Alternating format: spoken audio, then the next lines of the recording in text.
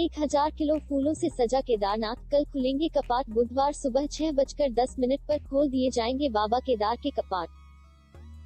विश्व प्रसिद्ध भगवान केदारनाथ धाम के कपाट बुधवार को विधि विधान और पूजा अर्चना के बाद खोल दिए जाएंगे। इसके लिए तैयारियां पूर्ण कर ली गई है। बताया जा रहा है कि केदारनाथ को 1000 किलो फूलों से सजाया गया है। हालांकि पहले कपाट खुलने के मौके पर यहां तीर्थयात्री और स्थानीय लोगों की कमी साफ महसूस होगी। कोरोना संकट के चलते यह पहला मौका होगा जब कपाट खुलने पर बाबा के दरबार में भक्तों का टोटा होगा। इधर कपाट खुलने की सभी तैयारियां पूरी कर ली गई है। बुधवार सुबह 6:10 पर बाबा केदार के कपाट खोल दिए जाएंगे। मुख्य पुजारी शिव शंकर लिंग कपाट खुलने की परंपरा का निर्वहन करेंगे, जबकि उनके साथ देवस्थानम बोर्ड के प्रतिनिधि के तौर पर BD सिंह मौजूद रहेंगे। इस बार मंदिर को फूलों और बिजली की लड़ियों से सजाया गया है। बताया गया है कि केदारनाथ धाम को 10 कुंतल फूलों से सजाया गया है। इस मौके पर चारधाम देवस्थानम बोर्ड द्वारा भेजे गए अधिकारी कर्मचारियों के साथ प्रशासन और पुलिस की टीम भी मौजूद रहेगी। पूरी सादगी के साथ कपाट खुलने की परंपरा निभाई जाएगी। सोशल डिस्टेंसिंग रहे और भीड़ न हो, इसके लिए प्रशासन ने किसी को भी केदारनाथ जाने की अनुमति नहीं दी है। इसलिए कपाट खुलने के मौके पर काफी कम संख्या में लोग मौजूद रहेंगे। जिलाधिकारी मंगेश घिल्डियाल ने बताया कि कोरोना महामारी के चलते केदारनाथ के कपाट खुलने की परंपरा का सादगी से निर्वहन किया जाएगा। किसी भी दर्शनार्थी को केदारनाथ जाने की अनुमति नहीं दी गई है। कोरोना महामारी की मार झेल रहे अमेरिका के लिए मंगलवार का दिन उसके इतिहास का सबसे बुरा दिन बन गया। जॉन हॉपकिंस के आंकड़ों के मुताबिक अमेरिका में इस वैश्विक महामारी से मरने वालों की संख्या 58,365 हो गई, जो वियतनाम युद्ध के समय से भी अधिक हो गई है। 20 सालों तक वियतनाम में चले युद्ध में कुल 220 अमेरिकी मारे गए थे, लेकिन चीन के वुहान से फैले इस वायरस की वजह से अब तक 58,365 अमेरिकियों की मौत हो चुकी है। अमेरिका और वियतनाम के बीच 1955 से 1975 के बीच युद्ध चला था, जो गृह युद्ध के बाद अमेरिकी इतिहास का सबसे बुरा संघर्ष साबित हुआ था। लेकिन मंगलवार को डोनाल्ड ट्रंप के राष्ट्रपति शासन में अमेरिका ने मात्र 4 महीने में उस युद्ध से अधिक मौतों का आंकड़ा छू लिया। इतना ही नहीं, मंगलवार को अमेरिका दुनिया का पहला ऐसा देश बन गया जहां कोविड-19 से संक्रमित लोगों की संख्या 10 लाख से अधिक हो गई। इसके बावजूद यहाँ रोजाना मृतकों और संक्रमितों की संख्या में बढ़ोतरी हो रही है। अमेरिका के राष्ट्रपति डोनाल्ड ट्रंप के मुताबिक अमेरिका पर यह एक हमला है और देश उसका बदला लेगा। हालांकि इस हमले में पुख्ता तौर पर कोई दुश्मन नहीं है, लेकिन ट्रंप लगातार इस वैश्विक महामारी के लिए चीन को जिम्मेदार ठहरा रहे हैं। वहीं इन सबके बीच अमेरिका के राष्ट्रपति डोनाल्ड ट्रंप को उनके द्वारा लिए जा रहे फैसलों के लिए भी काफी आलोचना झेलनी पड़ रही है। उत्तर कोरिया के तानाशाह किम जोंग उन पिछले 2 हफ्ते से कहीं दिखाई नहीं दे रहे हैं, जिससे कई तरह की अटकलें लगनी शुरू हो गई है। पहले खबर आई कि वह गंभीर रूप से बीमार हैं। फिर चीन ने उनके स्वास्थ्य पर सलाह देने के लिए अपने विशेषज्ञों डॉक्टरों की एक टीम भेजी और अब दक्षिण कोरिया के हवाले से कहा गया है कि वह पूरी तरह से स्वस्थ और जिंदा हैं। हालांकि यह पहली बार नहीं है जब उत्तर कोरिया का कोई नेता इस तरह से लोगों की नजरों से गायब हुआ हो। आइए आपको दुनिया से कटे हुए इस देश के उन अधिकारियों और नेताओं के बारे में बताते हैं जिन्हें लेकर कई तरह की अफवाहें उड़ी थी। किम इल सुंग 1994 में मौत से पहले दक्षिण कोरिया के लोगों को उनसे सबसे ज्यादा डर और नफरत थी। उत्तर कोरिया के संस्थापक की सेनाओं ने जून 1950 में दक्षिण कोरिया पर अचानक हमला किया था, जिससे एक विनाशकारी युद्ध शुरू हो गया जो अमेरिका और चीन के हस्तक्षेप से रुका। युद्ध के 3 साल बाद लड़ाई लड़ने वाले लाखों लोगों को मार दिया गया। उन्होंने 1968 में दक्षिण कोरियाई राष्ट्रपति की हत्या के असफल प्रयास के लिए कमांडो भेजे और 1983 में म्यांमार के राष्ट्रपति की यात्रा के दौरान बम लगाए, जिसमें दक्षिण कोरिया के कैबिनेट मंत्रियों सहित 21 लोगों की मौत हो गई।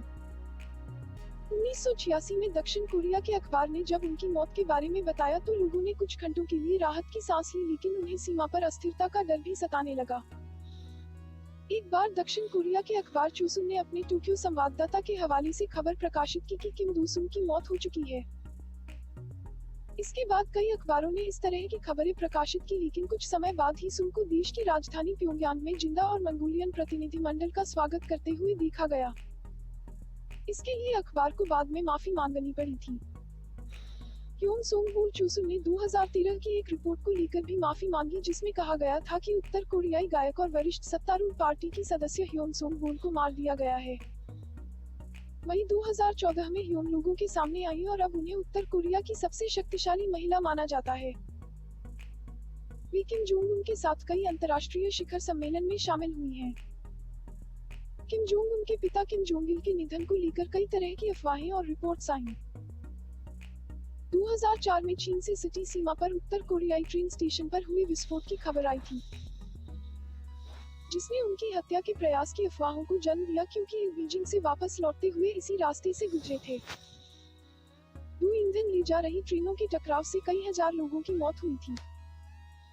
हालांकि इस रास्ते से उनकी यात्रा की कभी पुष्टि नहीं हुई। 2008 में किम जोंग दू की स्ट्रोक से मौत की खबर सामने आई, जिसकी कभी कोई पुष्टि।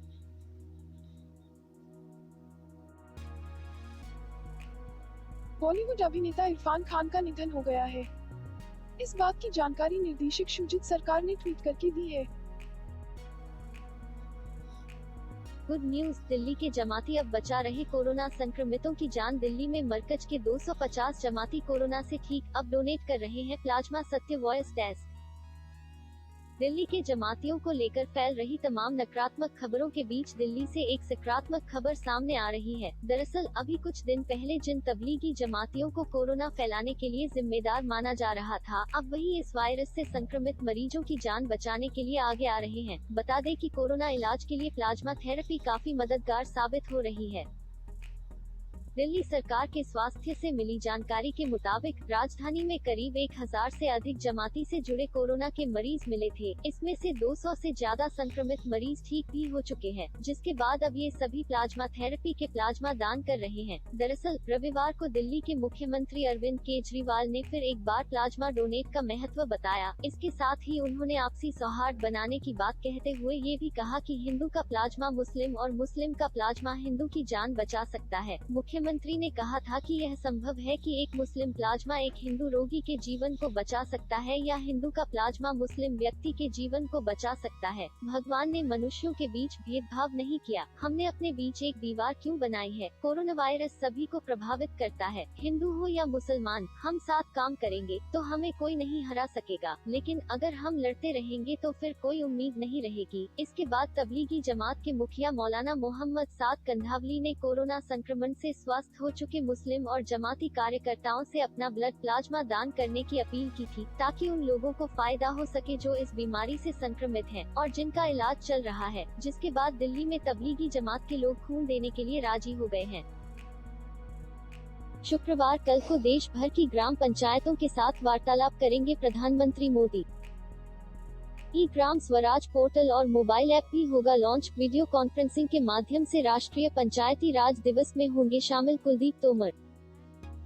प्रधानमंत्री नरेंद्र मोदी 24 अप्रैल को देश भर में विभिन्न ग्राम पंचायतों को संबोधित करेंगे। प्रतिवर्ष इस दिन को राष्ट्रीय पंचायती राज दिवस के रूप में मनाया जाता है। देश में लॉकडाउन के कारण सोशल डिस्टेंसिंग के पालन को ध्यान में रखते हुए प्रधानमंत्री वीडियो कॉन्फ्रेंसिंग के माध्यम से वार्तालाप करेंगे। इस दौरान ई ग्राम स्वराज पोर्टल और मोबाइल ऐप का भी शुभारंभ किया जाएगा। ग्राम स्वराज पोर्टल पंचायती राज मंत्रालय की एक नई पहल है, जो ग्राम पंचायतों को अपनी ग्राम पंचायत विकास योजना GPDP को तैयार करने और कार्यान्वित करने के लिए एकल इंटरफेस प्रदान करेगी। इस अवसर पर प्रधानमंत्री स्वामित्व योजना का भी शुभारंभ करेंगे। यह योजना पंचायती राज मंत्रालय, राज्य पंचायती राज विभाग, राज्य राजस्व विभाग और भारतीय सर्वेक्षण विभाग के सहयोग से ड्रोन तकनीक के द्वारा नवीनतम सर्वेक्षण विधियों का उपयोग करते हुए ग्रामीण क्षेत्रों में रिहायशी भूमि के सीमांकन के लिए ग्रामीण भारत हेतु एक एकीकृत संपत्ति सत्यापन का समाधान प्रदान करती है। हर वर्ष इस अवसर पर पंचायती राज मंत्रालय सेवाओं और सार्वजनिक वस्तुओं के वितरण में सुधार के लिए बेहतर कार्यों को मान्यता देते हुए पंचायतों को प्रोत्साहन देने के तहत देश भर में सबसे अच्छा प्रदर्शन करने वाली पंचायतों, राज्यों, केंद्र शासित प्रदेशों को पुरस्कृत करता रहा है। इस वर्ष भी इस तरह के 3 पुरस्कारों नानाजी देशमुख गौरव ग्राम सभा पुरस्कार, NDRGGSP, बाल सुलभ ग्राम पंचायत पुरस्कार, CFGPA और ग्राम पंचायत विकास योजना GPDP पुरस्कार को संबंधित राज्यों, संघ शासित प्रदेशों को दिया जाएगा। क्यों मनाया जाता है राष्ट्रीय पंचायती राज दिवस? पंचायती राज मंत्रालय हर वर्ष 24 अप्रैल को राष्ट्रीय पंचायती राज दिवस NPRD के रूप में मनाता है, क्योंकि इसी तिथि को 73वां संवैधानिक संशोधन लागू हुआ था। 24 अप्रैल 1993 को संविधान के 73वें संशोधन अधिनियम 1992 के माध्यम से जमीनी स्तर पर सत्ता का विकेंद्रीकरण किया गया और यह अधिनियम इसी दिन से प्रभावी भी हो गया। यह अवसर पूरे देश के पंचायत प्रतिनिधियों के साथ सीधे संवाद का अवसर प्रदान करता है और साथ ही उनकी उपलब्धियों को सशक्त बनाने और उन्हें आगे बढ़ाने के लिए प्रेरित करता है। इस वर्ष इन पुरस्कार पर रहेगी देश भर के ग्राम पंचायतों की नजर। इस वर्ष कोरोना वायरस और लॉकडाउन के कारण केवल 3 श्रेणियों के तहत पुरस्कारों का वितरण किया जाएगा। इन पुरस्कारों में नानाजी देशमुख। कोरोना संकट के बीच व्हाइट हाउस ने प्रधानमंत्री नरेंद्र मोदी को ट्विटर पर फॉलो करने के कुछ दिन बाद ही अनफॉलो कर दिया है। भारत ने हाइड्रोक्सीक्लोरोक्विन दवाई देकर अमेरिका की मदद की थी। इसी के कुछ दिन बाद व्हाइट हाउस ने 10 अप्रैल को पीएम मोदी और भारत के 5 ट्विटर हैंडल को फॉलो करना शुरू किया था, लेकिन अब व्हाइट हाउस ने इन सभी को अनफॉलो कर दिया है। व्हाइट हाउस ने जिन ट्विटर अकाउंट को फॉलो करना शुरू किया था उनमें प्रधानमंत्री नरेंद्र मोदी, प्रधानमंत्री कार्यालय, राष्ट्रपति भवन, अमेरिका में भारतीय दूतावास और भारत में अमेरिकी दूतावास शामिल हैं। इनके अलावा भारत में अमेरिका के राजदूत केन जस्टर को भी फॉलो किया गया था। इसी के साथ व्हाइट हाउस द्वारा फॉलो किए जाने वाले अकाउंट की संख्या 19 हो गई थी, जिसमें सभी विदेशी हैंडल भारत से ताल्लुक रखते थे। अब व्हाइट हाउस ने एक बार फिर से 13 ट्विटर हैंडल को फॉलो करना शुरू कर दिया है। व्हाइट हाउस अब जिन अकाउंट को फॉलो कर रहा है वो सभी अमेरिकी प्रशासन और डोनाल्ड ट्रंप से संबंधित हैं।